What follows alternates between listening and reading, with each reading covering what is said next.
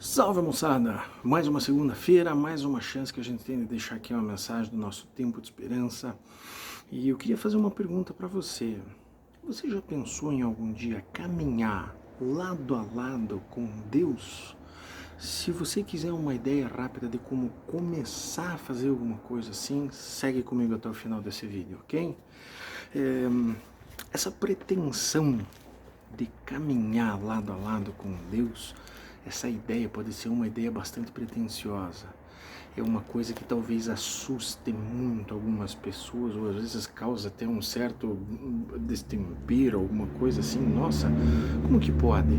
O Deus Todo-Poderoso, o Deus Altíssimo, o Criador do Universo, aquele que fez os céus e a terra, uma série... Sim, ele fez tudo isso. Mas, além de tudo isso, ele nos criou para que nós pudéssemos nos relacionar com ele. Simples assim. Se você quer ter uma ideia bem bacana, inclusive a respeito de como, porquê e qual a ideia por trás da criação de Deus, no canal, umas datas um pouquinho antes aqui, tem um vídeo falando sobre a criação. O que passava no coração de Deus quando ele nos criou, a mim e a você. Mas a ideia de justamente caminhar junto com Deus. E eu quero já te deixar o desafio hoje aqui.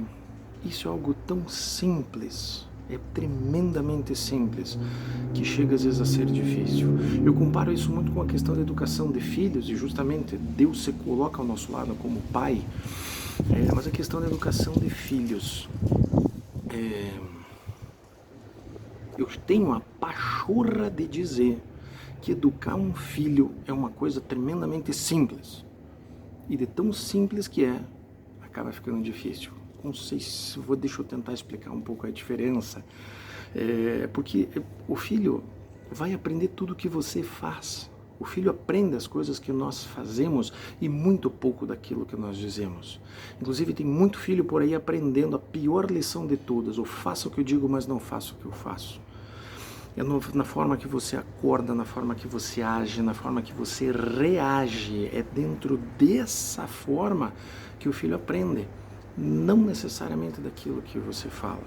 E a gente consegue ensinar o filho não só nas coisas boas, é quase como um discipulado, a gente ensina nos acertos e nos erros.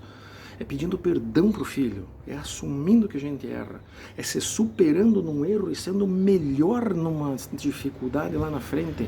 É na vida que o filho aprende com o pai, e aí que está a dificuldade. De a gente conseguir ser exemplo para o filho 24 horas por dia, essa que é a dificuldade. Mas é alguma coisa tremendamente simples, seja exemplo para o teu filho. E é exatamente isso que Deus quer fazer conosco. Ele quer ficar do nosso lado, Ele quer seguir os nossos caminhos de forma tremendamente livre, de forma tremendamente simples. Eu até me dei eu vir gravar às vezes essa mensagem hoje aqui fora, morrendo de saudade dos meus alunos, dos meus adolescentes também. Saudade quando a gente sentava aqui fora para a gente fazer os nossos estudos com um salgadinho, com refrigerante, conversando, batendo papo, né? Porque é assim, é uma das melhores formas que Deus revela o coração e o carinho que Ele tem para as nossas vidas, né? E para falar desse Deus que quer andar conosco, eu queria começar, e eu acredito que isso talvez gere algumas outras mensagens na sequência também, mas eu vou ficar só com o primeiro versículo de Provérbios 2, e aqui já vai dar tema para bastante discussão. Aqui é o segredo da excelência da sabedoria. A primeira coisa que eu quero é diferenciar a sabedoria de inteligência, porque tem muita gente que é muito inteligente, um tremendo especialista em uma série de coisas que não serve para nada. A sabedoria é você conseguir pegar de tudo isso que a vida traz e você conseguir trazer coisas boas, você trazer soluções. A inteligência é fundamental, a inteligência é muito necessária, mas eu digo que algumas das maiores revelações que eu tive na minha vida com sabedoria, algumas delas vieram de gente que não tinha a quarta série completa. A inteligência é necessária, todos devemos buscar com excelência a sabedoria e a inteligência, mas nem sempre um cara muito inteligente ele é muito sábio, né? E eu também não quero dizer com nenhuma vírgula que eu sou sábio, que eu sou inteligente, eu gosto de estudar e eu tenho um dom para explicar algumas coisas, só isso. Mas eu sou chato, eu sou brabo, a minha família, meus alunos que o digam, tenho amigos meus que caminham comigo há muito tempo para saber de todos os espinhos que estão aqui nas minhas costas e que quem normalmente está assistindo esses vídeos nem sempre vê esses espinhos. Mas falando a respeito da sabedoria, Provérbios 2. Filho meu, querido, aqui já começa uma coisa tremenda. Deus se colocando ao nosso lado como pai. Até num estudo que algum outro dia eu vou querer fazer a respeito da oração do Pai Nosso. Quando os discípulos pediram para Jesus e pediram assim, Jesus, nos ensine a orar, mestre, nos ensine a forma certa de orar. Até aquele tempo, aquela data, as orações eram feitas ao Deus Altíssimo, ao Deus Poderoso, ao Senhor dos Exércitos. Sim, Deus é tudo isso. Não estou tirando nenhuma deferência ou referência a esses nomes de Deus, do El Shaddai, Jeová Rafá, Jeová Ra, Jeová Nissi, todos esses nomes de grande significado e poder para aquele povo. Mas naquele dia, Jesus ensina a orar falando Pai, Abba, Papai. É um papai dito com muito carinho, inclusive. Pai nosso que estás no céu. Não é só um, não. Na própria ideia de nosso já engloba todo mundo que está à tua volta. Você não está sozinho. Quando você fala só essas duas palavras do Pai Nosso, você já está se colocando debaixo da graça de um Pai que te cuida com todo o carinho do mundo e junto com todos esses irmãos que estão à tua volta. Então, só aqui já dá uma discussão, uma ideia, uma abertura de raciocínio, assim. Deus quer se relacionar conosco da forma como Pai. Ele não quer escravos, ele não quer robôs, ele não quer bonecos com marionetes nas mãos, não. Ele quer filhos que saibam se relacionar com ele. Na sequência do versículo, filho meu, se aceitares as minhas palavras. Nossa, eu tenho que parar de novo só nessa palavrinha aqui do se, e daí eu já começo a terminar essa mensagem até. Se aceitares as minhas palavras. Tem muita gente que aceita o se como algo a ver com mérito. Se você fizer isso, você vai receber uma recompensa. Se você fizer isso, Deus vai te amar mais. Se você fizer aquilo... Não, pode parar. Não tem nada que você possa fazer para que Deus te ame mais. Já começa por aí.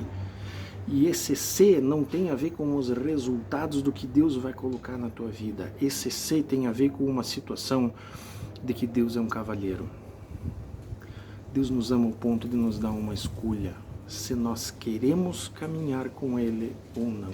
Se aceitares essas palavras, se acreditar que o que está escrito aqui é verdade, se você aceitar um pai que quer te pegar pelo braço e caminhar contigo, que quando você não puder andar, ele te pega no colo e te carrega no colo, se você quiser isso, Deus começa a se revelar.